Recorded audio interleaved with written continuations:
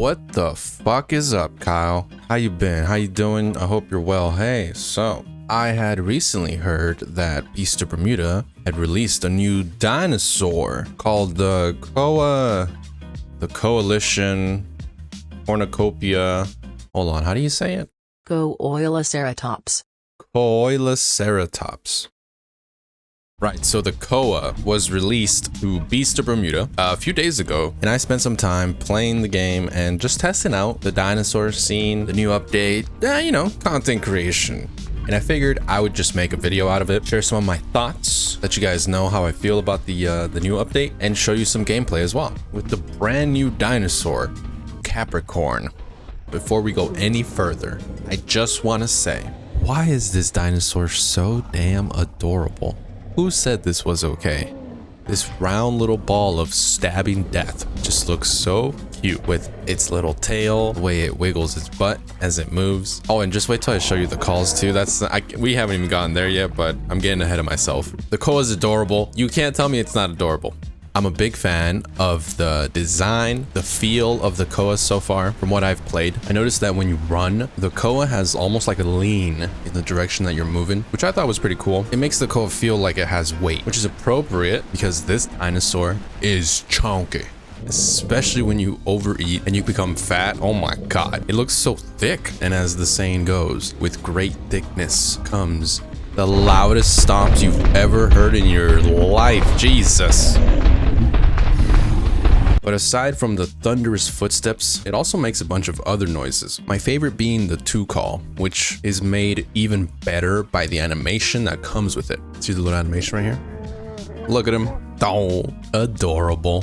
So with the Koa, we also got our first omnivore, which means it does not discriminate when it comes to food. As a side note, they also made the Pachycephalosaurus an omnivore as well. So there's that. But anyways, going back to the Koa, it will eat both plants and meat. And with the new diet system that Bob has in place, I said Bob, not the aisle.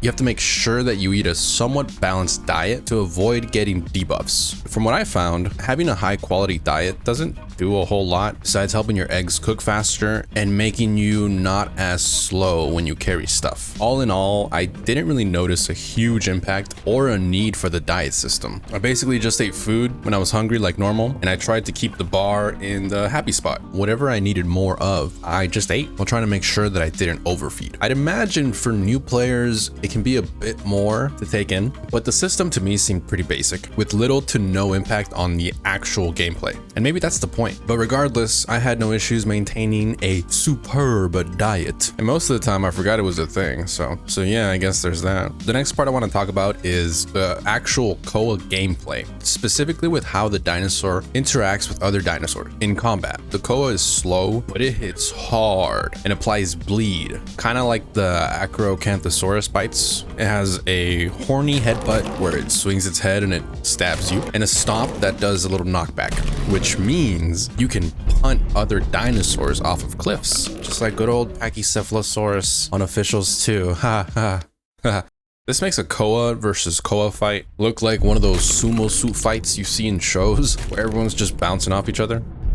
It's phenomenal. The Koa can also turn in place when you hit the crouch button, which basically makes the Koa kind of like a reverse Syconia in a fight. You basically just move up against a wall and keep your horns facing the enemy for defense. This works really well combined with Koa's passive, which gives it extra defense from the front, like a big meaty shield. The problem is trying to be aggressive with the Koa because this fucker is slow. I was thinking maybe the point is because the Koa is supposed to like fight the bigger, slower dinosaurs, maybe like the Apatosaurus or the T-Rex or something. I don't know. I haven't had enough time to play with the Koa. All I know is that I couldn't catch shit. I did enjoy playing the Koa though. I thought the growth time was fine. I had no problems finding other Koas to group with and survive, probably because Dinosaur just came out. There are a bunch of people super interested in trying to play, which makes sense. And I'm sure this will change as time passes. But so far, it's been fun, unless you're solo. If you're solo as a Koa, good fucking luck, okay? First of all, you're loud as hell. You can't outrun most things that can kill you. Every other Koa wants you dead for your delicious player core. Playing solo solo as a Koa is a miserable experience, and I would not recommend it. Get some Koa buddies for your Koa life so you can be Koa happy. Koa simple, right?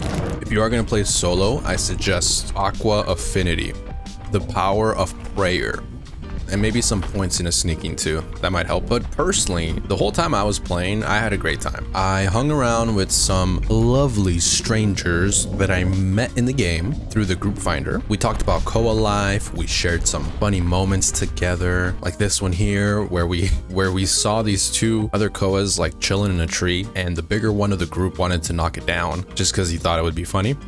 And I agreed. It was hilarious.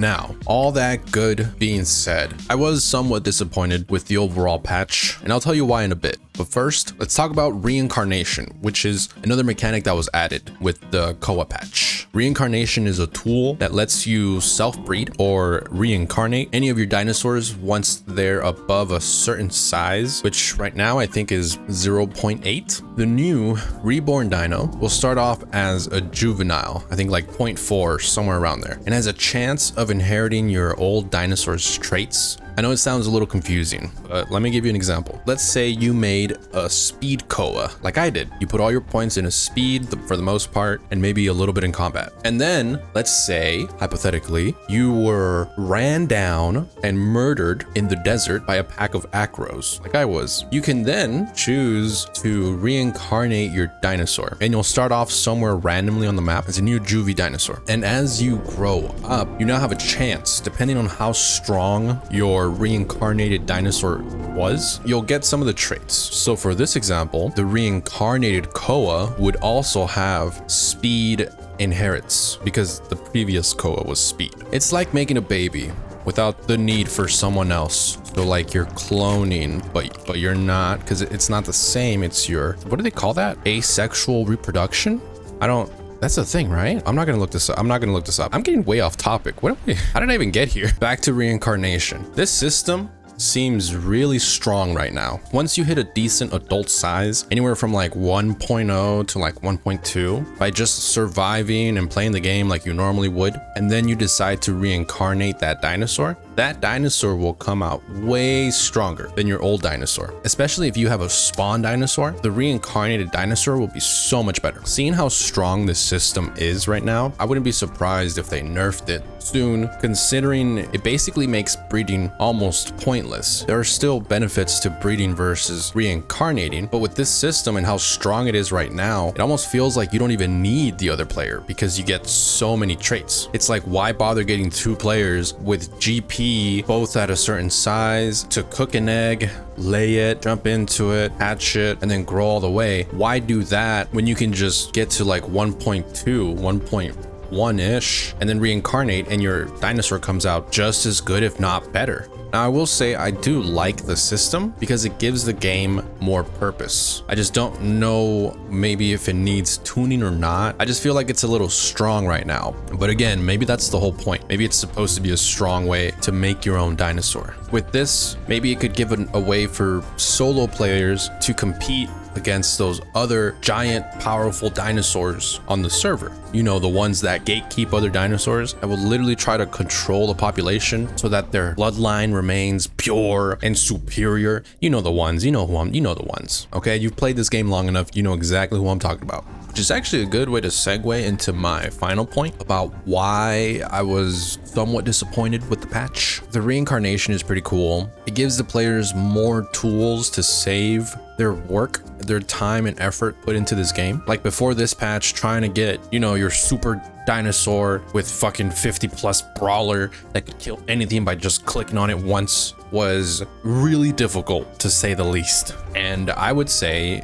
it was impossible if you didn't have any friends. Now, at least with reincarnation, it gives anyone the opportunity to compete with the other super dinosaurs on the server. On top of all that, the patch is still new, and we don't know what long-term effects will be with the Koa being added, with omnivores now being a thing, the reincarnation system, and even the diet system. Only time will tell how these will affect the game. All that I just mentioned, by the way, was a great addition to the game. My disappointment comes from the lack of change to the overall gameplay. nothing was fundamentally changed about Bob. You still grow the same, you still survive the same. Like if your dinosaur that you preferred, the dinosaur you play, was not adjusted in any way during this patch, you're basically playing the exact same game. With the biggest difference being, in my opinion, the reincarnation system, because of how powerful it seems right now. But if they end up nerfing it, then maybe we end up going back to the old system where, you know, select few had control over who gets to be the better dinosaur and who doesn't. Right? What I'm trying to say is my personal issues with Beasts of Bermuda remain unsolved. And after playing the game for over 700 hours, I'm starting to get a little frustrated with some of the constant problems. One of the biggest issues in my opinion being the growth system itself, as well as the communities that this game gets built around and the levels of toxicity that it can fester.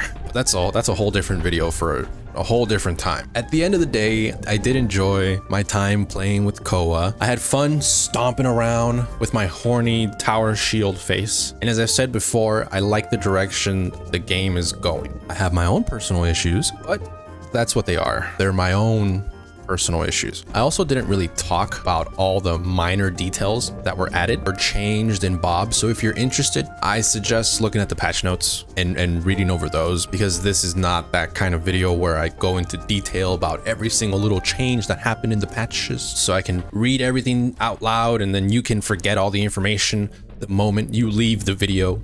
Okay, just go read it yourself, please. And thank you.